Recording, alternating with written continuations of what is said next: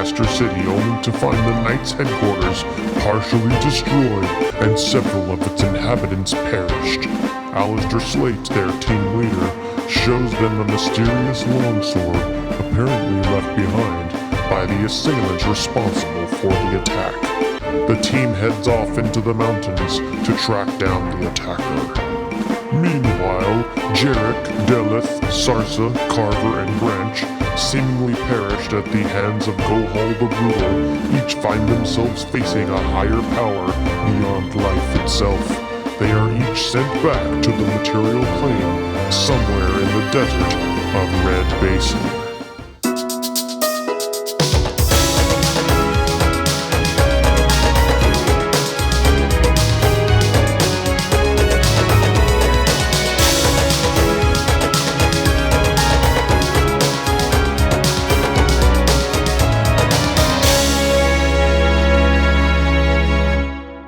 So our team in Red Basin finds themselves in the middle of the desert. Each of you coming to at around the same time, regaining consciousness as you have all come back to this material plane after a visit with each of your deities in what can only be described as the luckiest of luckiest events that has ever happened in the history of the realms, that you happen to not meet your end, but rather meet your deity and then find your way back to the material plane. And you each stand up, and Gekish is there as well, and you all kind of relay this same experience that you all kind of had, and you're feeling the weight of whatever your body had to go through to transport through space and time to re-guide you here, and as a result, each of you has lost a level. Each of you has lost a level from your character from before. Oh boy. And so with that, like, coming to, you just feel a sense of weakening, a sense that something has been lost in the transfer, but you have made it out somehow with your lives. This is essentially kind of like the worst hangover I've ever had. I don't understand what has happened.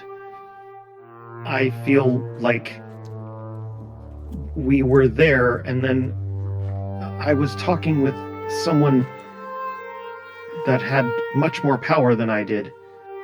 They were omnipresent. They were in my head, yet nowhere.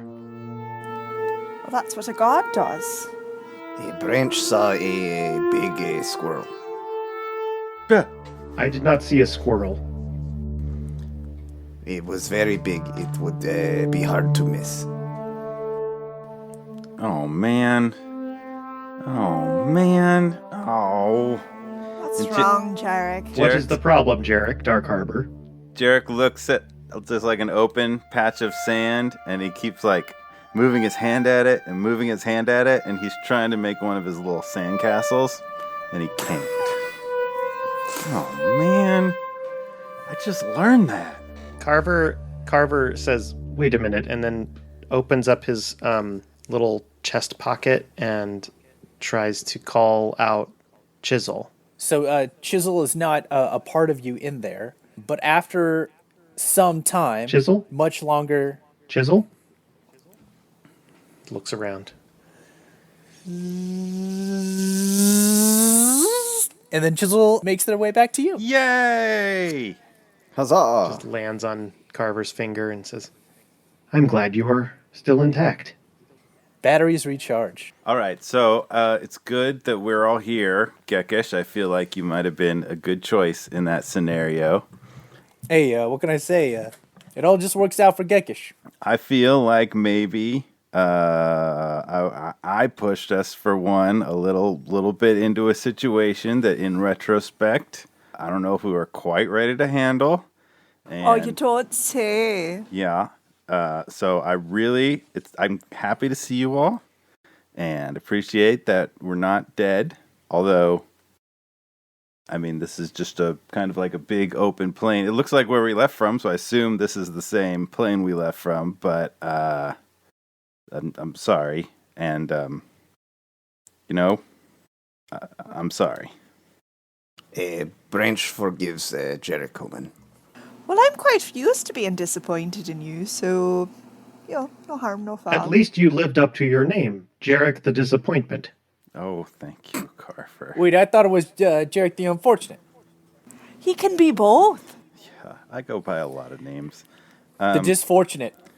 Jerik the killing all of his friends. Okay. I am not capable of forgiveness, I feel but I did notice the error in your ways. Thank you for pointing it out. Now look here. Let me tell you something about Jerik the Unfortunate. He might be unfortunate. He might have bad things happen to him, but his heart was in the right spot. He was the first one to stand up there and say, let my friends go. He was the first one to stand up there and say, we got to save my people, the Afriti people. He's trying to help and change the world. He was also the first one to die. Well, that's true. So he's the bravest one of all, Well, if you think about it. what do you think we should do now? Anyone? Gekish? Jerik? Does anybody have a sense of where we are? I probably would We are just in from the desert. my internal GPS or something. I don't know. Yeah, finally you reboot and you're like, yeah, I know right. Recal- We're not Calibrating coming systems back with, online. full health and spell slots, right? Like, we're probably pretty haggard. Technically, well, okay, I'm going to be a bit of a rules lawyer. When you come back to life, you have 4 points of exhaustion. Rules. Rules, and know it what? takes Let's either rules. greater restoration or a day for each point of exhaustion. I'm gonna cut that down just because I don't think we want to Die again in the desert? Do a week long spa treatment to get you back in. But also, that sounds fabulous. we can kind of yada that. Bonus content on the Patreon for the spa day to recover and get you Jerik guys back spa to health. day. The hot tub session. After kind of getting your bearings and kind of looking around, it seems like you're within a few miles of where you were. You can see that there's the large mountain range that's to the east of you, and you're in that dunish, sandy area that was the desert leading up to these mountains. So you think you're somewhere back in that desert that you came from. It doesn't seem like you're not in a completely foreign desert. You're in that same desert. And to Gekish, he kind of gets to the top of a dune, looks around, and he says, oh yeah, I think I know where we are. Well, at least if I start walking, probably I'll end up where I'm supposed to be. So, hey, isn't that your friend? What? Which friend? Your buddy that you came to the town with. You guys Remy? head up. Perception check. Is it Remy? Remy? You guys make it up to where Gekish is, and sure enough, you see Remy coming towards you guys through the desert. This is just surreal. Hey, Remy. Hail, friends! Are you okay? Yeah, hail. No, not really. Ah, Had I saw there was a bright light like a falling star, like a meteor falling to the sky from the sky in the middle of the day. We thought you were heading back to the city to try to investigate the helm. What happened? I did that. I've concluded my meetings and my investigation. What happened with Gohal the Brutal? we had some. Were you able to defeat him? Well, no. Wait. Wait, have were we been able to gone defeat a, him? By the way, I was No, I we died. we did not. We Yeah, definitely okay. did not no, defeat him. Jerik, kind of the It same way. went Same way it started. kind of fantastically bad, Okay. actually. Yeah, we've had some Yes, physical and very bad. existential crises. It's been a long journey. Remy, how long has it been since we have seen you last? A day? So we have not been gone that long. Remy, we all died because of Jerik. And What? Jerik, you killed them? No, Jerik not the Disfortunate. directly. Gohal the Brutal Yes. lived up to his name and was like not even. We were like bugs on his windshield, if that's a thing that people have here. And he killed all of us in sort of a trapped arena, fiery, miserable, hellish ants being steps burned by like a magnifying glass of like a horrible toddler. Just Jerik was first. awful. Yeah. And then Sarsa was last. We all came back and we're not sure. We all had visions or we met gods or I met Torm maybe and You met Torm? yeah, like in his like palacey thing up in the celestial realm, wherever that is, and he said I wasn't supposed to be here, and here we are, and it seems like everybody kind of had a... This is Gekish the Lucky. You met him earlier. It's a good chance he might have had something to do with that. I communed with a mechanical omnipresent voice that spoke to me through a dual plane. Branch met a squirrel who gave him a stick. Also, look, see that patch of sand right there? This happened, and I just chatted again and again. Nothing happens. See that? Gekish, what did you see?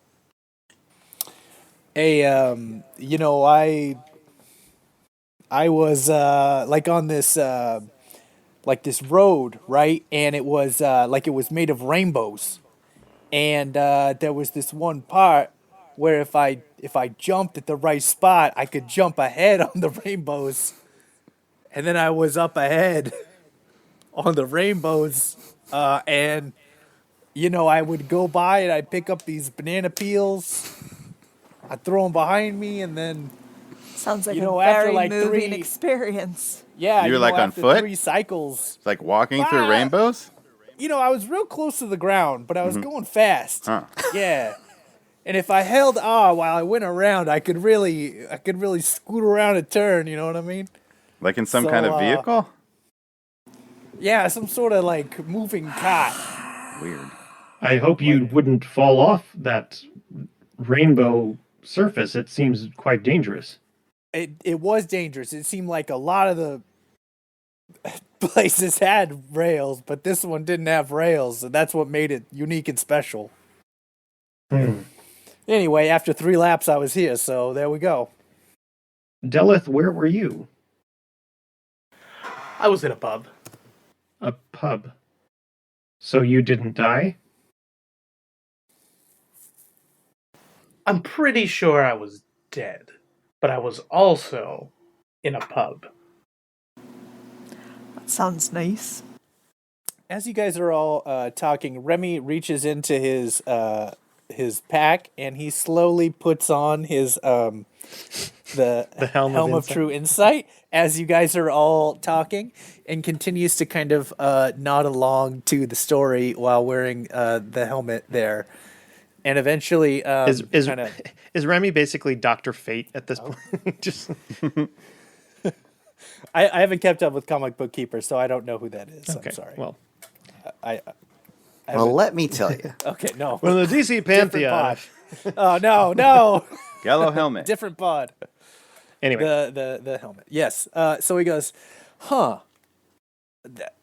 I can't believe that's true. That's miraculous. That's the word of legend. That is remarkable.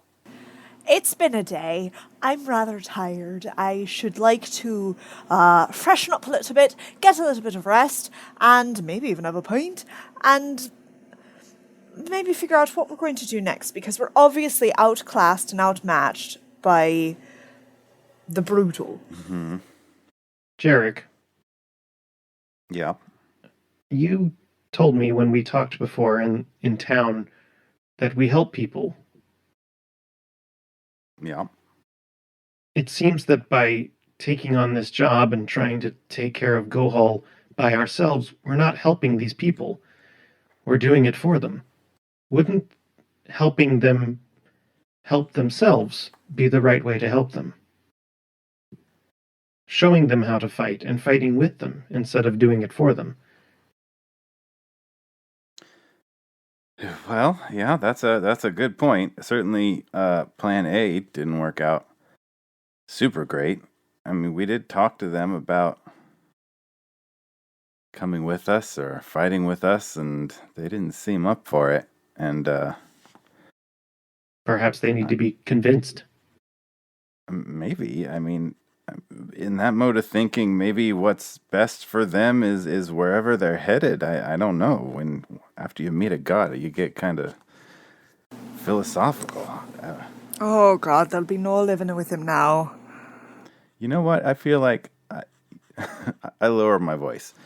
This seems like a bad thing, but I feel like this might finally get her over the creme brulee thing, because she's gonna make fun of me for this instead. So I'm starting to have a positive outlook. What is the creme brulee thing? No.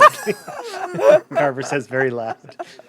Oh, Carver, now that's a story. Let's get walking. We can talk and walk. Remy, maybe we can find a bed tonight. We could use a rest. All right, have you ever heard of Gordon Ramshead? I have not. Godron Ramshead. No, I haven't. Oh, sorry.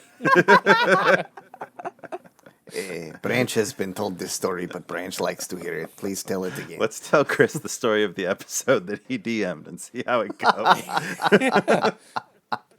Tell it back to me and we'll see how accurate it is. All right, so Remy says we're actually a good distance from town. When I saw the lights coming from the sky, I started walking towards it. So we're a good ways from town. We might have to stay out here, but I do have something for it. And he produces a scroll, a spell scroll. Says if anybody's magically inclined and could read this, could provide a shelter for some time. Well, if it was some kind of ritual, I could copy that into my tome, Pact of the Tome book, and I could learn it myself and cast it on most of the time. But oh no, I don't have that anymore, so I got nothing. Who else can know spells that I used to be able to cast? I mean, Jerik, you know that I've been known to cast a spell or two. Well, I have a look. have no spells, but I have abilities through some of my constructed materials that I might be able to use arcane nature to take on this ability. Branch also knows spells, but maybe Sarsa seems like the good choice here. And he hands the scroll over to Sarsa and says, perhaps if you could read this aloud. You tell me. All right, and so you do, and Is this a hut or a mansion? in the desert, these forms start to appear, and the sand levels off, and before you, a massive building, a giant structure, Of a hut. pops up from the sand, and then it blows away, and there's a little hut. No, I'm kidding. It's the mansion. You get the mansion. Yay! No switcheroo. So the big mansion is there. Mordenkainen's magnificent mansion. The butlers come, and they do their little thing. He says, you all look exhausted. You look terrible. Whatever has happened to you has clearly taken a toll. Why don't you rest, relax, and when you're ready, I have some things that I need to tell you. So meet me in the grand ballroom, Foyer. and we'll... So point of interest with the mansion, it forms in whatever form and design that Sarsa, being the caster, wants it to look like. Oh no! So it could be a 1-story beach villa. It could be a 5-story whatever. You design. It's like a ship on top of a ship on top of a ship on top of a ship with a bar. Inside of a distillery. So we walk in, and what do we see? When you walk in, you see, imagine like a medieval tiki bar. Like whenever you go to those tiki bars and they have all the nautical stuff on the walls, like the old brass compasses and the A big hanging wheel. rope, glow lanterns, and there's there's white rope lanterns. If you've ever seen those round glass ones with the rope around them, they're white, and they're giving off almost a bluish white hue, and there's lots of old redwood and brass accents. There just seems to be tables with a lot of whiskey around. I don't know why. It's really impressive, but the lighting is kind of like this moody. Is there service staff? There's staff, and they're all like incredibly attractive and helpful, and heavily tattooed. Jason Momoa's of all shapes and sizes. Yes. This is quite impressive. Not what I thought about, but it definitely seems to have a feel that would be appealing to you, Sarsa.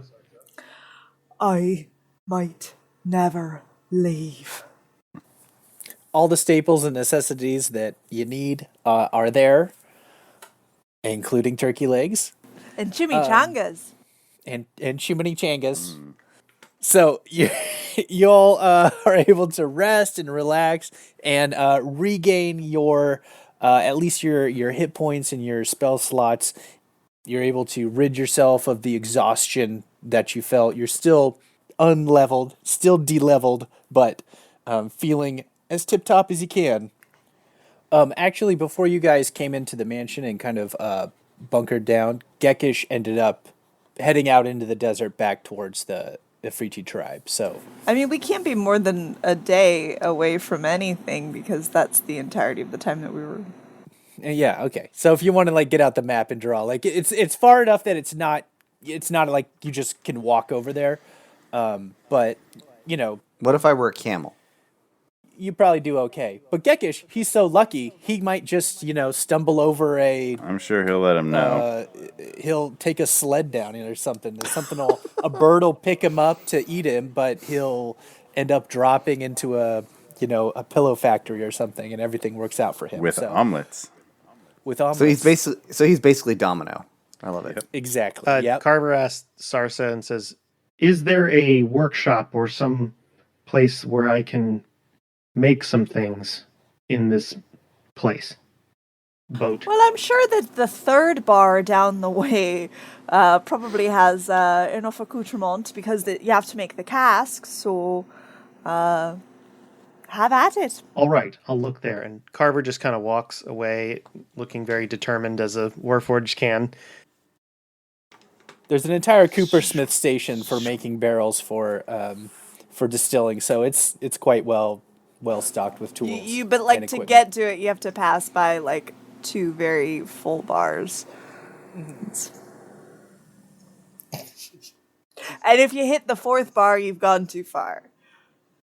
All right, so eventually, after you guys are kind of licked your wounds and come back together with Remy, he kind of sits down with everybody and he says, I know that I've been keeping things from you, and I know that it has seemed at times like I haven't been truthful to you.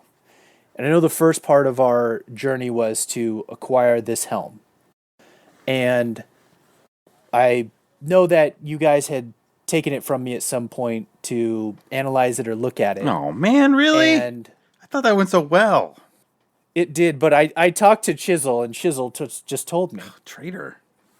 Chisel's very nice. Branch thought you would figure it out from wearing the helm, since it gives you such good That's a insight. good point. I don't think Chisel would Right. betray us. No, Chisel. I threw Chisel under the bus. I apologize. It was the helm itself that allowed me to gain that insight. But to be fully transparent and honest with all of you, we have to establish trust. And he takes out the helm and he removes the cloth from it and he sets it on the center of the table. And he says, if any of you would like to wear it and ask me any questions, I have a story to tell you about what's been going on and what I think is happening. Why don't you tell us the story first, and then we can follow up with the questions after? Right. Branch is gonna put the helm on. Okay. Branch wants to know why you need this helm, why you are gathering us, what is your story, what is going on. Carver comes back. I was able to find the 3rd bar. Thank you. All right. Remy says, Jerik Branch and Sarsa, when I first joined up with you guys, my mission was to find this helmet. And it was a mission that the people that I was contacting with, who I get my orders from, weren't terribly thrilled that I was pursuing. But I decided to go along with that plan anyway. So they did not want me to acquire this helm. And I began to feel that the people communicating to me weren't entirely honest. And I knew that having the helm would help me figure out what their motives were. The communication that we use, and he pulls out the small disc-like communicator that the other team has seen used a lot of times, and he sets it down. It opens up into the blue portal that generates the blue light that you guys had seen before. And he says, this communication portal is protected, and so I don't know who's speaking on the other side. Just the same on the other side, they don't know necessarily who I am. And we talk through code names. And the person on the other end I know only as Longbow, and that they're a high-up knight in the Knights Intelligence Network, and that our job is to try and find knights who have defected and to make sure that we aren't being fooled, to make sure that people are vetted, and we've had a crisis of knights joining up who have been saboteurs and spies and assassins. And so our job was to help root these out. And I knew that the helm was a powerful object. You all remember Cass, Sarsa? Yeah. And Yes. Been trying to forget him. And he says, that's when I really knew that something was going on when he betrayed me. Because it was Longbow who made the connection to have Cass find us and for us to find Cass. So that seemed like a strange coincidence that he would be in such a dire situation and suddenly find us in the middle of the desert. I've been communicating with them using the helm, and what I can tell is that whoever my initial handler was has changed, or their motives have changed, and they're now outright lying to me. The helm is powerful enough that I can tell even through the protected layer.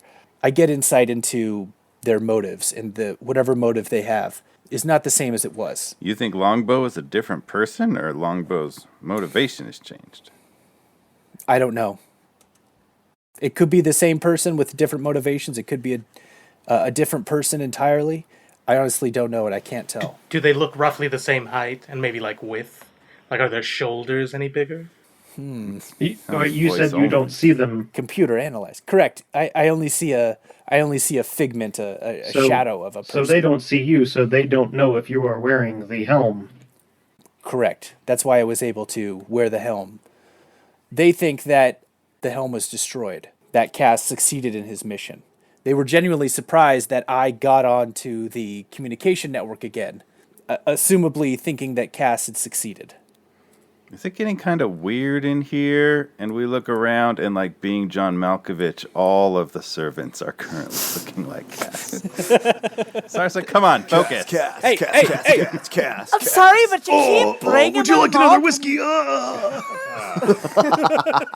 It's not my fault. You guys keep bringing him up, and I mean, he was a handsome fella. All right, let's just get and like a little bit treacherous, which is kind of my type. right. The betrayal made him kind of like dangerous and a little more edgy, right? Right, Jerik, you know this about me. Yeah, I hear you. Let's just move forward, Remy. Question. So Yes. Branch has been wearing this helm the whole time. Yeah. Does he get any sense of any particular insight? Roll insight plus from 20. Roll an insight plus 20, my friend. Okay. 21. 38. Dang. A 38 insight. There's not a drop of hesitation of lying in his voice. He knows that you know everything that he's going to say and whether it's truthful or not. So it doesn't, it's as clear as day, as clear as you've ever been. You've ever had a feeling in your deepest gut, you know that he's telling the truth. And Cool. Then Branch is just sort of nodding along as Remy is talking. Yes. Remy says, my most recent communication, which was only several hours ago before we met, they were under the impression that you guys had all perished. Well, they weren't wrong. I suppose so. But that raises a lot of questions for me about what they know and how they know it. They asked me to meet up with some other knights to meet another team of knights and to join them and to help them out. I think they're setting me up for a trap. And they're going to finally finish me off. So I accepted that I was going to meet those contacts. And you'd like our help? I think that, at least for you, Jerik, and for you, Branch, and for you, Sarsa, that the very fabric of the organization we've claimed fealty to is at stake. The very soul of the entire realms lies in the balance, and that what's going on is going to the highest levels. Not exactly a good time in the realms for the knights to be falling apart. You think it's salvageable? I mean, this sounds big. It sounds too corrupt. There's not many more people of seniority than me, and there's not more people within the intelligence network beyond us. It is, relatively speaking, a small organization. So whatever it is, we're close to the core of it. Whether that means we can stem that and root everything else out, I don't know.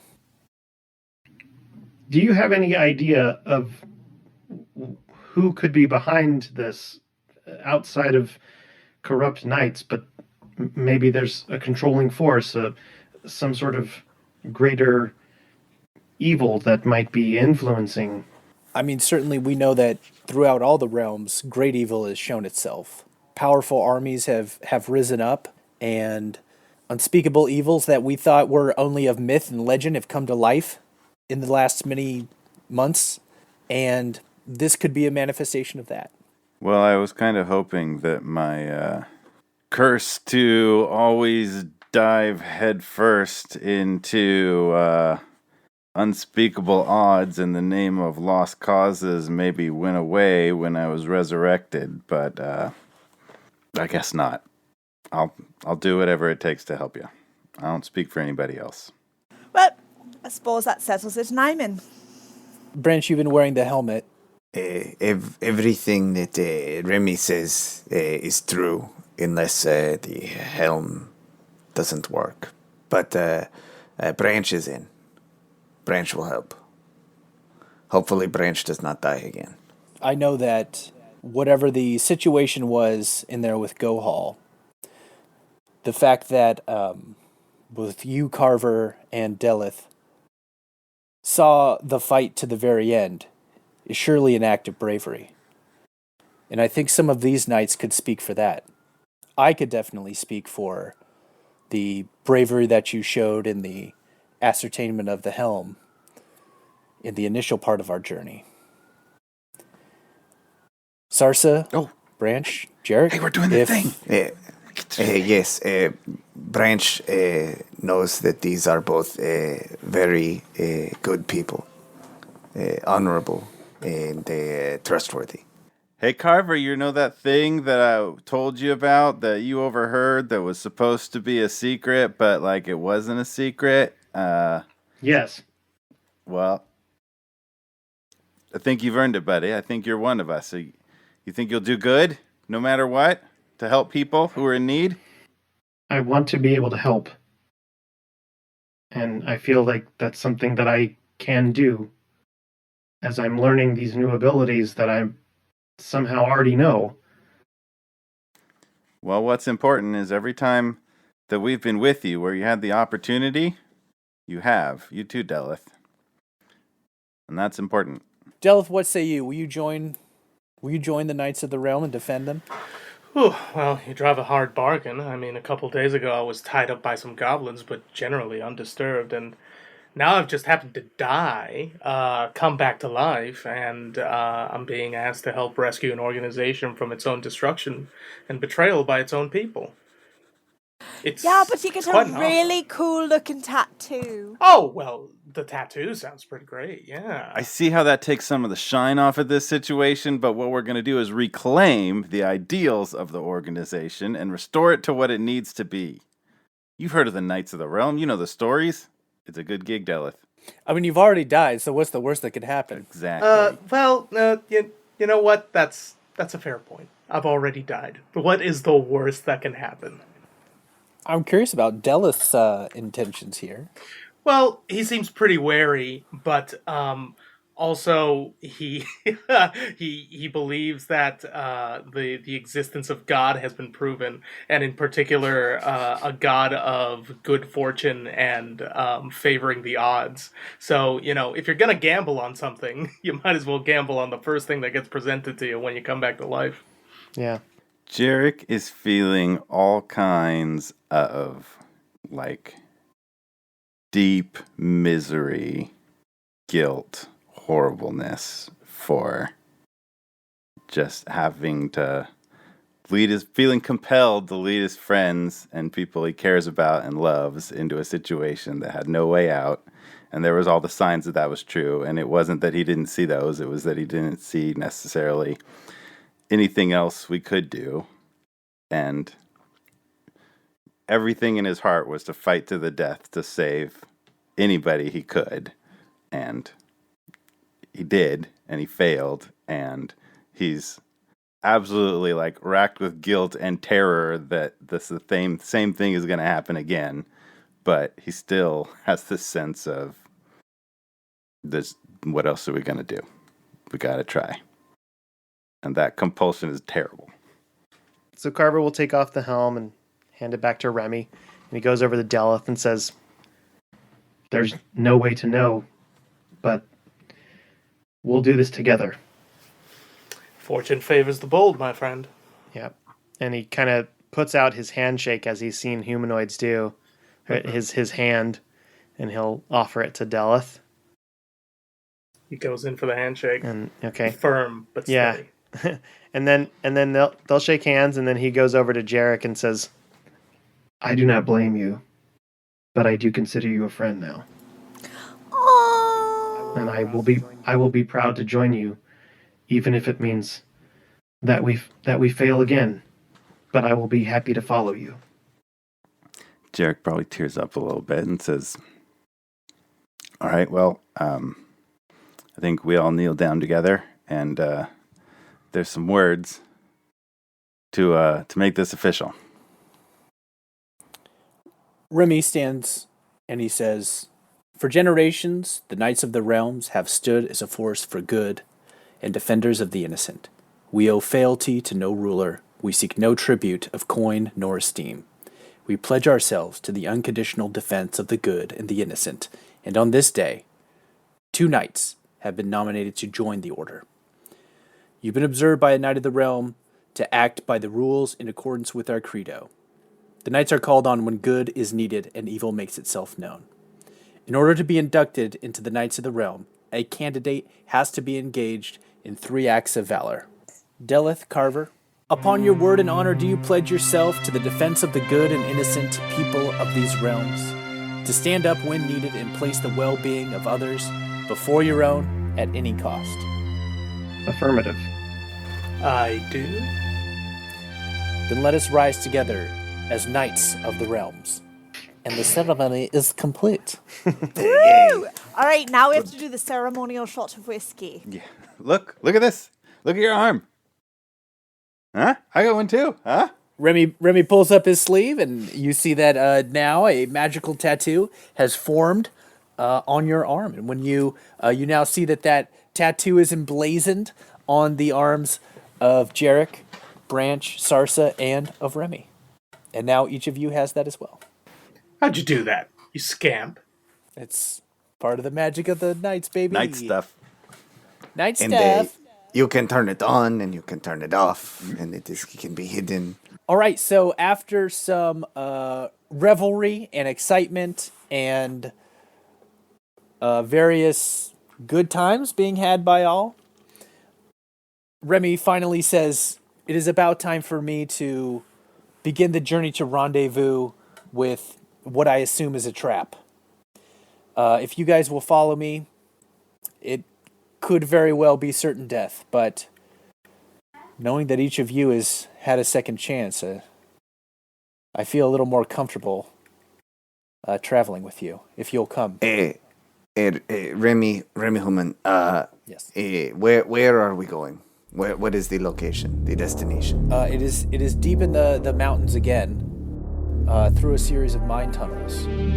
I'm not sure where you guys had been. It may be close to that, or it could be another way. I know that these mountains are a common. There's certain passages and slot canyons where people make their way through to get to the coastal eastern section of the world here. All right, back into the mines, and what's likely a trap and certain death. We all ready for round 2 on this? Except for the death part, yes. Can I just have a little bit more whiskey from sweet cast waiter number 8? Yeah, I'm gonna pour my own if you don't mind. That's fine. Here's some more. Here's some more. Yeah. Thanks, man. Thanks, man. Great. Love that guy. It is time to head back into the desert. But And- before we leave the mansion, Carver will go up to Sarsa. This is after a long rest, and says, I made something for you. For me? Yes, you seem to be always in need of something. And while I might not be able to quench your thirst, perhaps this will help for a certain amount of time.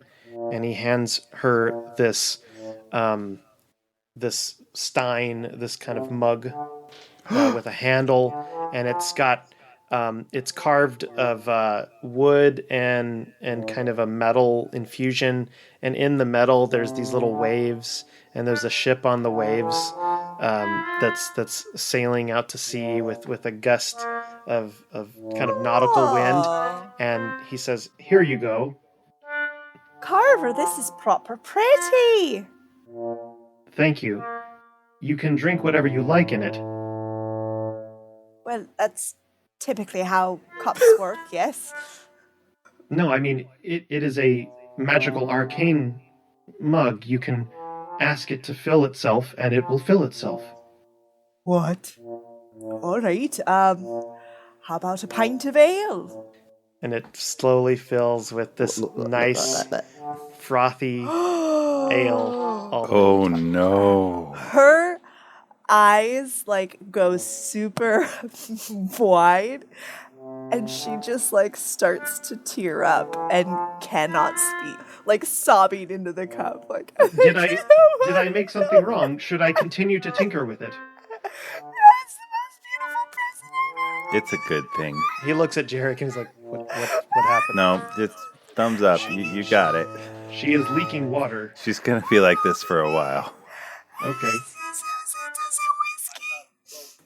She says thank you. And she just gives a big hug to Carver and probably spills the beer everywhere. So you have an alchemy jug. Yay! So what rule? So is it like I'm assuming non-magical liquids It's an item. You can look it up. I believe it's any liquid. Nice. I don't think it fills with healing Lava. potion. Yeah. I can't do but I could do engine oil. Or Yeah. Coke You Zero. can create oil and stuff like that. Zima. Ooh, bringing it back. Back, baby! Sweet, I have a self-filling jug. Living the And- dream. Sarsa is, oh my god, this is not okay. Filled with White Claws. And then Carver's gonna go over to Jerik.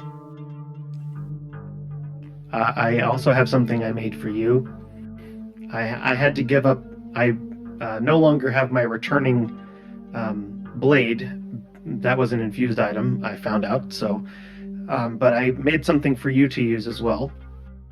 And I noticed that sometimes you have trouble perceiving and getting out of the way of things. So I made you this cloak.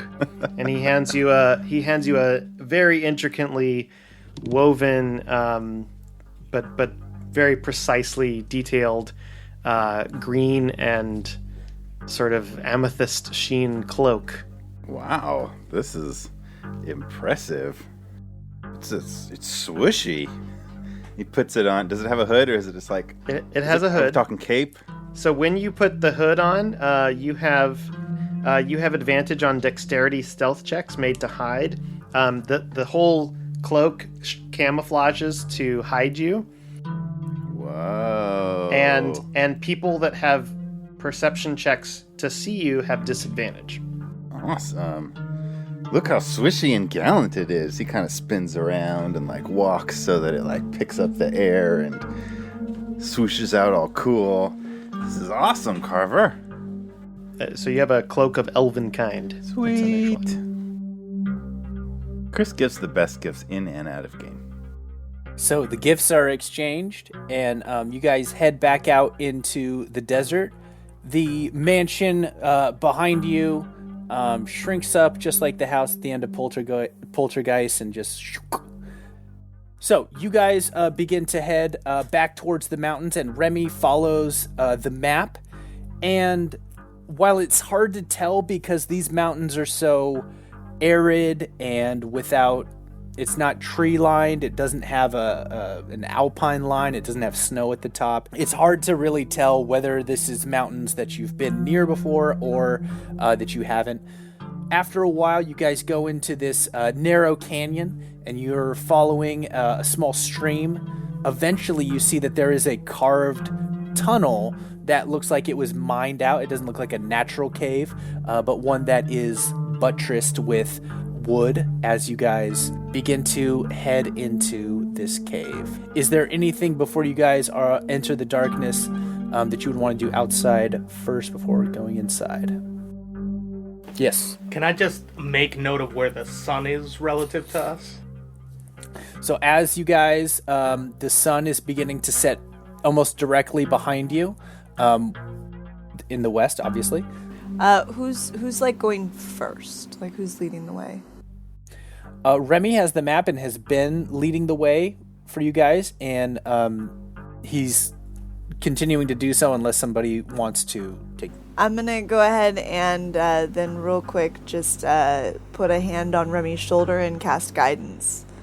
Say, all right, you get us through this. And Carver will say, "Oh, I will help some of us out as well." And opens up, and these three little beetles walk out, and they kind of like, open up their wings, and like, and one of them lands on Deleth, and one of them lands on Branch, and then one of them lands on Sarsa, and they just kind of like latch onto your neck, and I'm like, oh, these will help you, and you feel... Branch has had a bad experience with this. Okay, but they kind of just like sit on your head, and they kind of crawl up, and they just go bzz, bzz, and you feel bolstered with toughness and resolve, and this casts aid on you. So you have an increase of 5 temporary hit points for 8 hours. Nice. Hey. 5, you said? 5. Nice.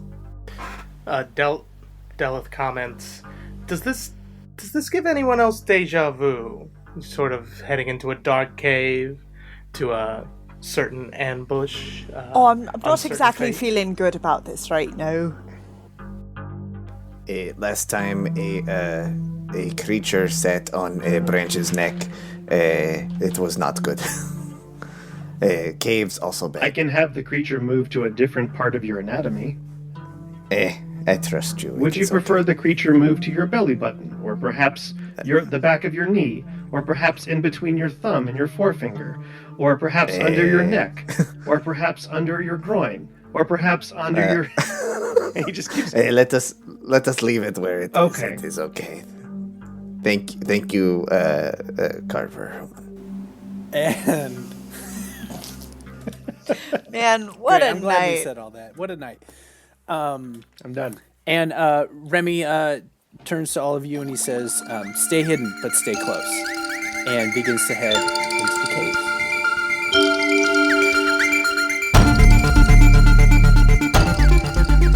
Hello, listeners of the Roll Table. This is Jeff, your DM for Season 4. Welcome to another episode midpoint.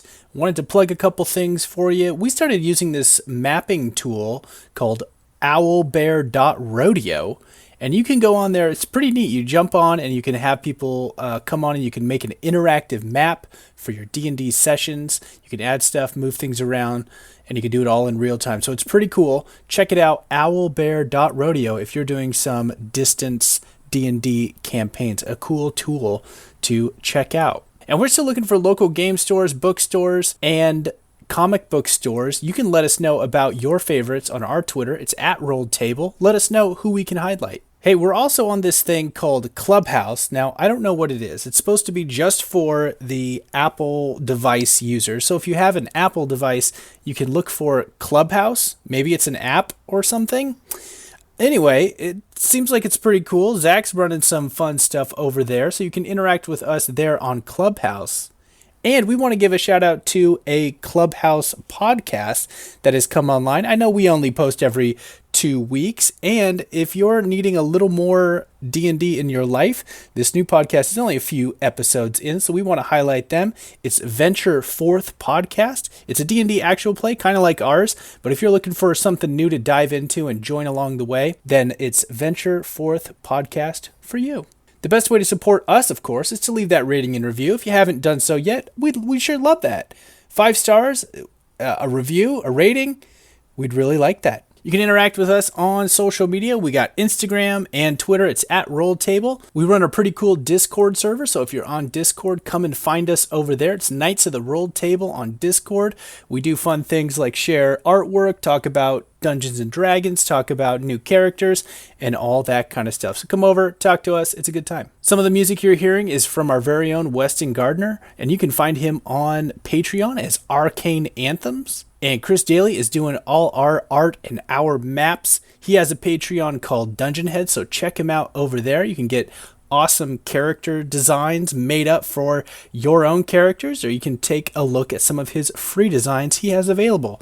It's @Dungeon Heads on Twitter, Instagram, and you can check him out with his other podcast, Comic Book Keepers. If you want to get in contact with us, it's knightsoftherolltable@gmail.com. Let us know what you think.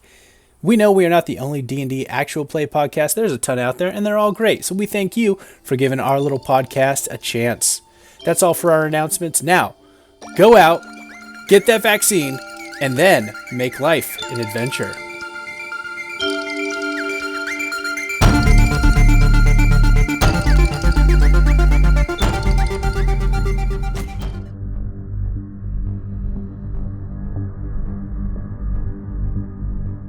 Meanwhile, at the outskirts of Castor City, the team with Alistair Slate, you guys had your communing with the mushroom people ceremony that was interrupted by returning to Castor City and finding the burning remains of the Knights' headquarters there in ruin, in the city in chaos, as an explosion had happened there. You guys tried to help people. You tried to help pull people out, and you were able to help who you could. You found Alistair, and he informed you that there was an attack on the Knights' headquarters, and that he knew who the culprit was. And he said for all of you to join him in tracking them down. And you headed out west to head into the mountains. There was information and intel that he was following to get to that they had tracked the person who had set the explosion off. So that's where we joined this group. Anything else to note or think about as we're starting here? Anything you guys need brought up to speed? Did Dagani survive? At last check-in, it seemed like the people there were not confident in her survival. So very, very likely Dagani did not make it. Dagani. Oh, She's no. Dagoner. She believed in my cooking. That makes me real sad. We're gonna find whoever did this. We will. And we're right on their tail. We know we can catch up to them, but we have to keep moving. And How do you know they have a tail? no, I mean we're following them quickly. Oh, I see. Biscuit. All right. Okay. Yes. Okay. Wordplay is not exactly your strong suit. No, it's not. I take things pretty literally. We think that whoever this is another defected knight. Maybe somebody who even worked with us. And do you know who that is? We only could really use the scry spell to really just kind of detect a certain person, and we don't know who they are exactly, but we're following them in, and I'm still in contact with Longbow to make sure that we're getting all the most relevant information. Well, let's head on out and get them scoundrels. All right, you guys are heading through, and it's really intense. You guys are... Alistair is keeping an insane pace as you are heading through the jungle. Eventually, the jungle heads into a rockier region, and if you only had more time, this seems like there's beautiful waterfalls coming down as the jungle is reaching these rocky mountains here. Everybody go ahead and roll a survival check to see how well you guys are able to keep up with Alistair here, to give us a sense of how well you're navigating this terrain. 13, 5. I've got a +6 and I got an 8 total. Okay, 13 our highest then? 22. 14 and 22. All right, so Igneous is keeping good pace. Dierdre as well is keeping good pace. Everybody, you guys take... Let's knock off 5 HP. Just through the scrambling up of rocks and the way that you have to you've had to kind of force yourself a little extra to keep going here. So you I got took a little bit of a toll. I got small legs. Y'all got to slow down, or somebody's got to carry me. Here you go up on my shoulders. Oh, okay. I told you all not to skip cardio with me. Yeah, you're just kind of lightly doop, doop, doop, bouncing off the top of boulders and swinging through the branches. My movement speed is 45 per turn, so... Oh yeah, I mean, you're practically waiting for Alistair Put to catch Biscuit up there, and I probably would slow only you go down a to little 30. bit, but- yeah. There you go, yeah. And what you see in the mountain there is this really large chasm, and it looks almost a little bit unnatural. It looks some sort of giant mining operation had maybe happened here some time ago. And the forest line just kind of cuts off through this strange looking hole that's right there to the side. And oddly enough, as you guys are going up, you're seeing this to one side, and in front of you is an actual mine shaft. And you get up to the mine shaft, and Alistair leads you directly inside. He says, "Stay close. It could be dangerous in here. There could be traps. There could be anything to slow us down as we go." Dierdre, would you lead to make sure that? Of course, darling. I'll keep an eye out. I go first, and I move quickly but stealthily, and I am looking for traps. All right. So go ahead and roll a perception to find traps along the way, moving fast. 13. 13. All right, so as you're going, actually you are able to kind of stop everybody. You see that there is a trip line that's put down, and that it has it's holding up a bunch of boulders that if you would have tripped on it, it would have maybe collapsed on a bunch of people.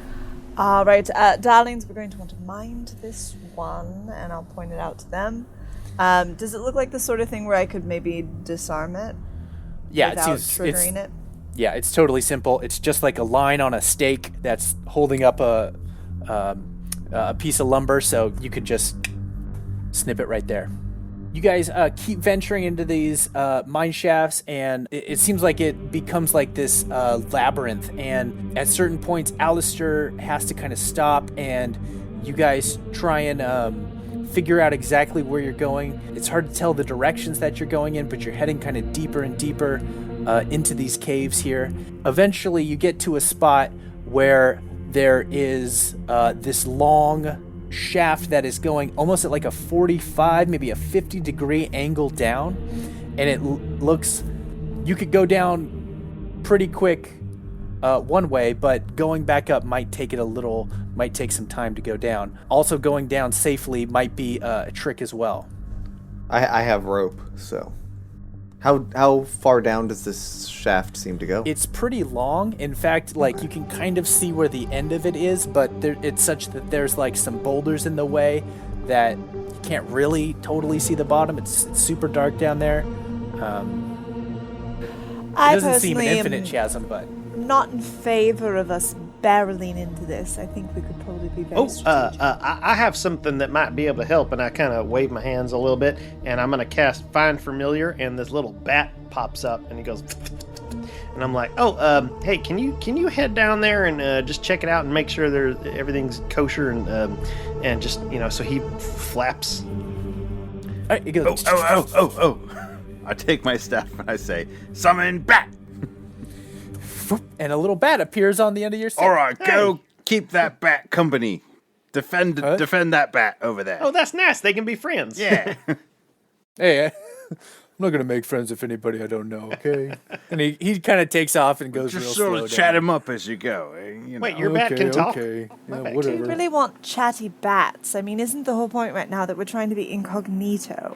I really don't know how this staff works, so I'm feeling it out as I go. As long as those bats don't come back with any bad news, I can head down. I'm pretty agile, being a cat and all. All right, the bats come back, and they say, it says, it looks fine down there. It's just another spot. It's all right.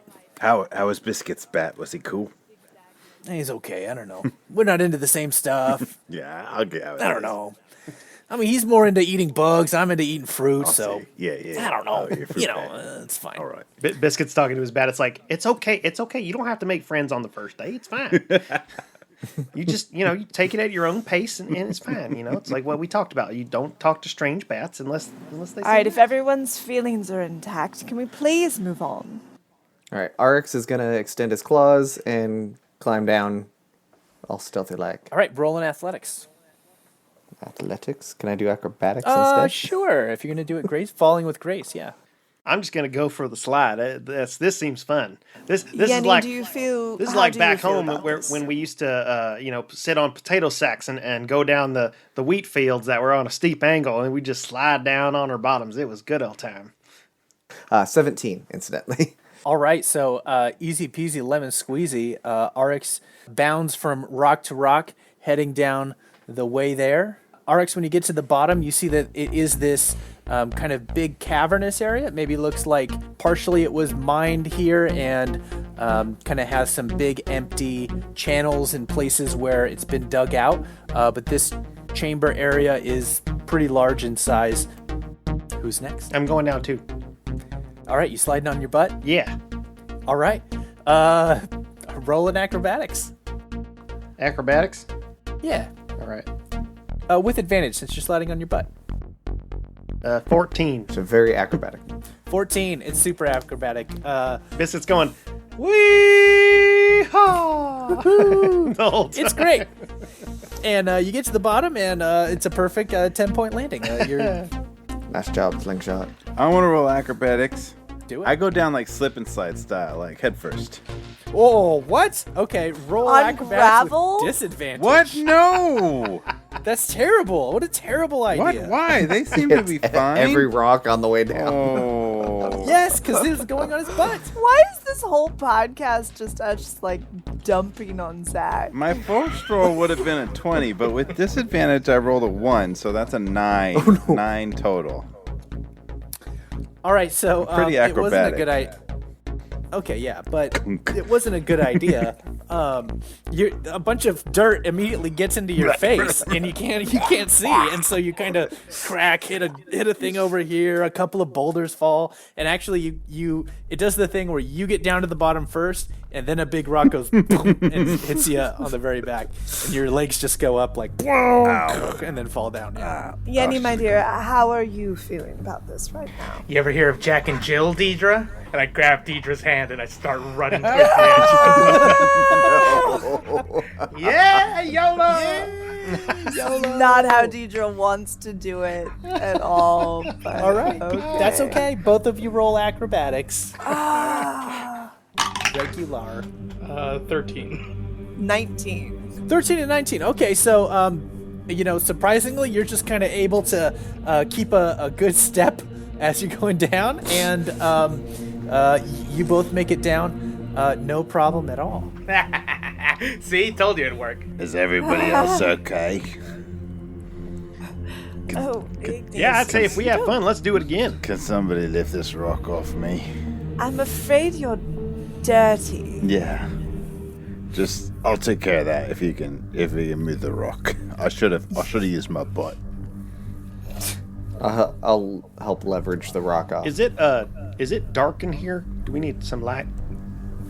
Yeah, do we have torches or something?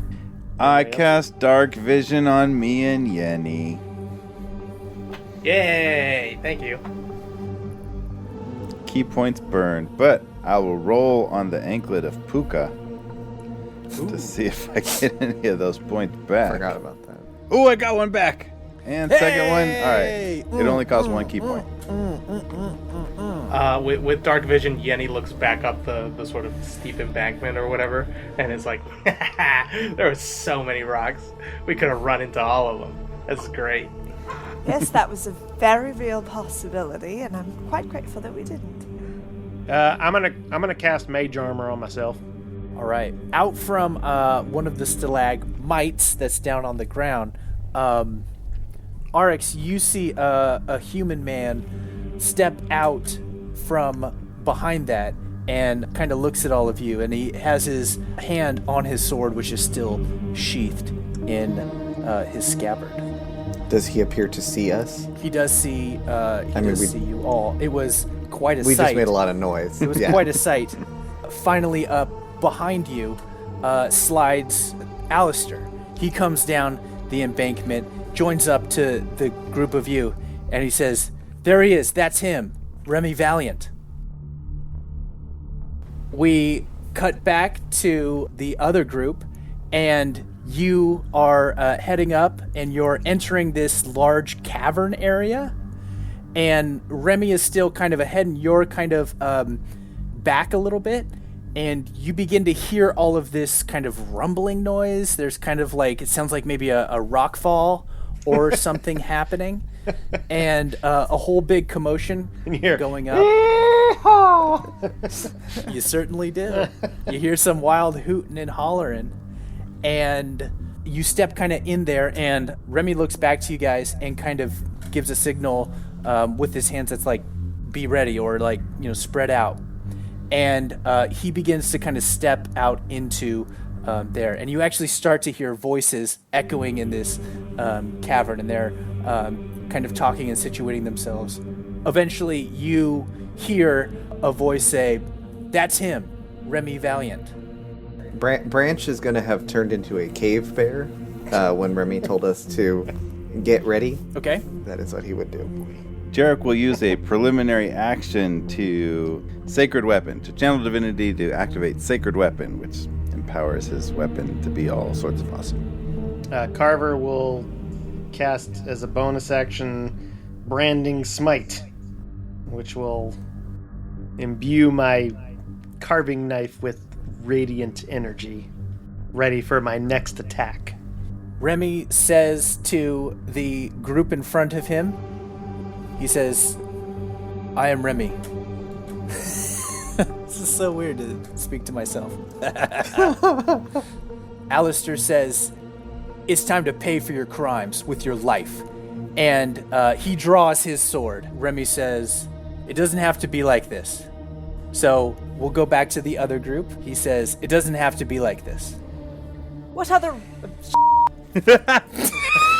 No, that was right. No, You're in it. no, it's not right. It's just Dierdre now. Yeah, you Dierdre. You got it. It's Igneous and Dierdre.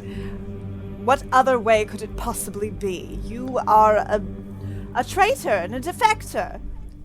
Why'd you blow up the headquarters? You hurt people. People are dead because of you. Possibly. Yeah, fireman, answer for your crimes. Hey, do I see all them standing? Like, are they all next to each other? The other group, Yeah. y'all can roll a perception if you're looking around. If you would look around to see if he was alone or not. Okay, I'm gonna roll perception. 16. Biscuit. 12. Rolls 16. 16 and 12. So everybody else, go ahead and roll a stealth check. Wait, which side? 13. Everybody who's not Team Slate. Everybody. That doesn't Team seem Slate. right. No, That was team- Jerik. No, Igneous is better. Team Remy. Just go Remy or Alice. Okay. Team Remy, Valiant. Team Valiant. Roll. Yes, Team Remy. Roll stealth checks. 18 for Branch. Okay. 14 for Carver. Would be able to have advantage on his Cloak of Elven Kind, except it takes an action to pull up the hood for some reason, and I don't think he's done that, so it doesn't work. This is the moment he needs it. He has a 13. Oh, 22 for Sarsa because of her boots of elven kind. So, Biscuit and Dierdre, you see everybody who rolled less than your perception check. Some of you do see. So you do see, I believe, a human man who's trying to grab his hood and desperately, get it. He's trying to put on some sort of cloak. For some reason, it's a very epic slow motion move to put this stupid hood on and make the All right. work. Biscuit turns to